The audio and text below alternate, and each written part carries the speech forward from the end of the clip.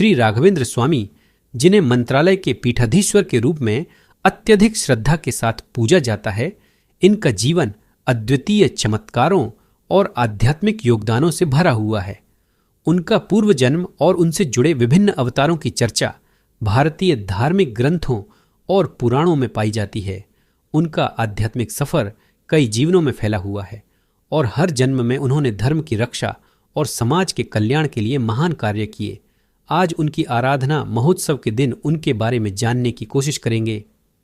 श्री राघवेंद्र स्वामी मूल रूप में ब्रह्मा जी का एक सेवक शंखुकर्ण है।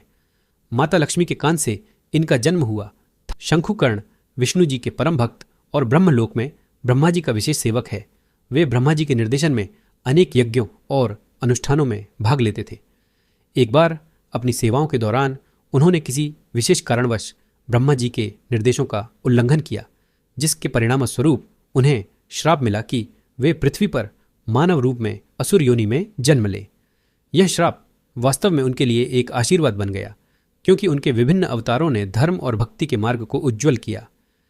प्रहलाद के रूप में अवतार शंखुकर्ण का पहला अवतार प्रहलाद के रूप में हुआ। प्रहलाद एक महान विष्णु भक्त थे और हिरण्यकशिपु के पुत्र थे, जो असुरों का राजा और विष्णु का विरोधी था। हिरण्यकशिपु ने प्रहलाद को विष्णु भक्ति से दूर करने के लिए कई बार प्रयास किया, लेकिन प्रहलाद ने भगवान विष्णु पर अपना अडिग विश्वास बनाए रखा। अंततः भगवान विष्णु ने नृसिंह अवतार धारण कर हिरण्यकशिपु का वध किया और अपने भक्त प्रहलाद की रक्षा की। प्रहलाद का जीवन हमें यह सिखाता है कि सच्ची भक्ति और विश्वास से कोई भी विपत्ति हरा जा सकता है। बाहलिक अवतार प्रहलाद के बाद अगला अवतार महाभारत काल में बाहलिक के रूप में हुआ। बाहलिक महाराज शांतनु के बड़े भाई थे और कुरु वंश के एक महत्वपूर्ण सदस्य थे। बाहलिक एक धर्मनिष्ठ और वीर योद्धा थे, जिन्होंने महाभारत के युद्ध में भी भाग लिया। वे कौरवों के पक्ष में थे, लेकिन उनका दिल हमेशा धर्म और सत्य की ओर झुका हुआ था। वे चाहते थे कि उनका मरण केवल भीम के हाथों से होना चाहिए। बाहलिक का जीवन उन मूल्यों को दर्शाता है जो धर्म, युद्ध और नैतिकता में अंतर्निहित होते हैं। व्यास तीर्थ के रूप में अवतार इसके बाद व्यास तीर्थ के रूप में अवतार लिया। व्यास तीर्थ एक महान संत और विद्वान थे, जिन्होंने द्वैत वेदांत और मध्वाचार्य के सिद्धांतों का प्रचार किया। उन्होंने वेदांत दर्शन पर कई ग्रंथ लिखे और समाज में धर्म और संस्कृति के पुनरुद्धार में महत्वपूर्ण भूमिका निभाई।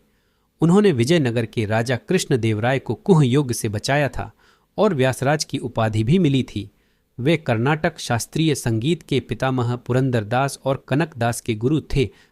व्यास तीर्थ का योगदान आज भी धार्मिक और आध्यात्मिक अध्ययन में अमूल्य माना जाता है। श्री राघवेंद्र स्वामी के रूप में अंतिम अवतार अंततः शंखुकर्ण का अंतिम और सबसे प्रसिद्ध अवतार श्री राघवेंद्र स्वामी के रूप में हुआ। वे 16वीं सदी में जन्मे और मंत्रालया में पीठाधीश्वर बने।